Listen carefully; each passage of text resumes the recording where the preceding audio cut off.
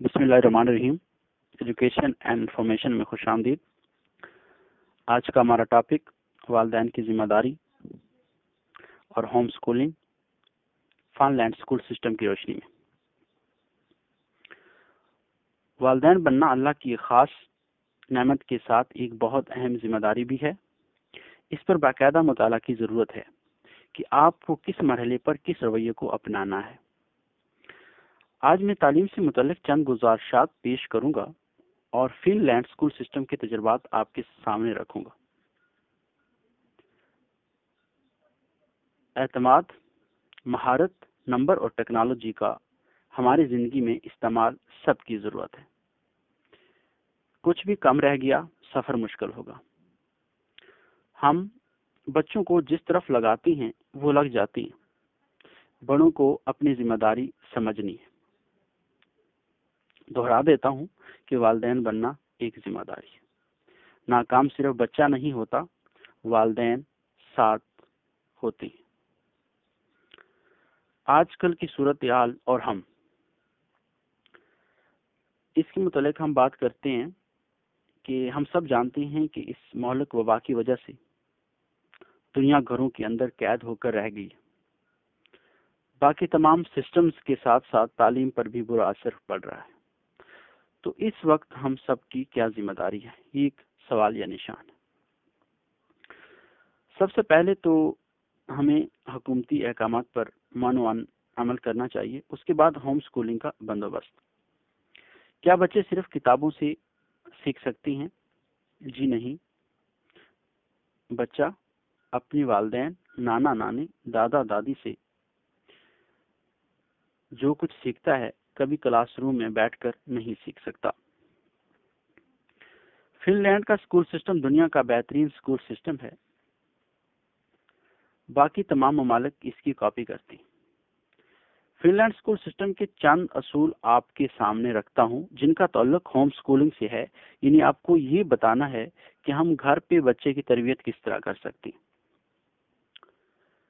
سب سے پہلے fun land school میں داخلے کی عمر 7 سال ہے. اب اس کی وجہ کیا ہے؟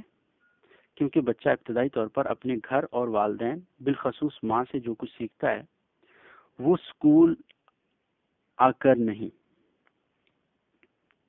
ہم اکثر اپنے بچوں سے جان چھڑانے کے لیے 3 سے 4 سال کی عمر میں اسکول بھیج دیتے ہیں جو کہ میرے خیال میں مناسب نہیں. اس عمر میں بہترین دستگاہ ماں کی گود ہے. تو یہ پوائنٹ کلیئر ہوا کہ بچے کو وہ 7 سال تک داخل کیوں نہیں کرتے، تاکہ بچہ جو ابتدائی طور پہ اپنے گھر رہے اور گھر سے وہ سیکھے جو زندگی کی بنیاد ہیں. دوسرا پوائنٹ، فن لینڈ اسکول کا دورانیہ صرف 4 گھنٹے ہے. اسکول کا وقت بہت کم، باقی 20 گھنٹے بچہ گھر اور معاشرے میں گزارتے ہیں. کیونکہ گھر اور معاشرہ بذات خود ایک استاد ہے اور بچے کی تعلیمی قابلیت میں اضافہ کرتے ہیں. استاد کا پڑھا ہوا سبق بچے کو بھول سکتا ہے، جبکہ جو رہنمائی یا کوئی سبق اسے معاشرے اور گھر سے ملتا ہے وہ اس کے ذہن میں ہمیشہ رہ جاتا ہے اور وہ اسے نہیں بھولتا.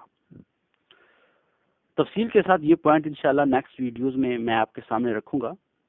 آج مختصراً بات ہو رہی اس پہ. اس کے بعد تیسرا پوائنٹ ہے، فن لینڈ میں بچوں سے نصابی کتابوں کے ساتھ ساتھ روزمرہ کی زندگی کی مہارتیں سکھائی جاتی. ہمارے ہاں اکثر یہ ہوتا ہے کہ بچہ اسکول اور یونیورسٹی سے فارغ ہوا، اگر اسے کوئی نوکری مل گئی تو ٹھیک، ورنہ بے روزگار. ایسا نہیں ہونا چاہیے.